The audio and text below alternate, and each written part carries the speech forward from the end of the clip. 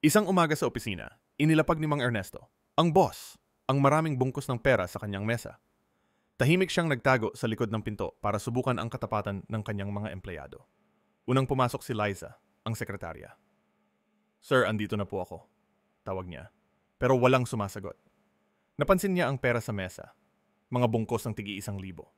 Napahinto siya. "Siguro lumabas si boss." Bulong niya, sabay kuha ng 3 bungkos bago mabilis na umalis. Sumunod si Marco, ang assistant. "Ano ba naman to? Nagpa-call si sir, pero wala naman dito." Napatingin siya sa pera. Tahimik siyang kumuha ng 2 bungkos at lumabas. Huling pumasok si June, isang tahimik pero masipag na empleyado. "Sir Ernesto, andito na po ako." Sigaw niya. Walang tugon. Papalabas na sana siya nang mapansin ang pera.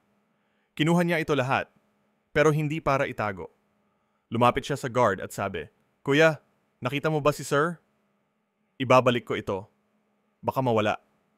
Makalipas ang 1 oras, pinatawag silang 3 sa boardroom.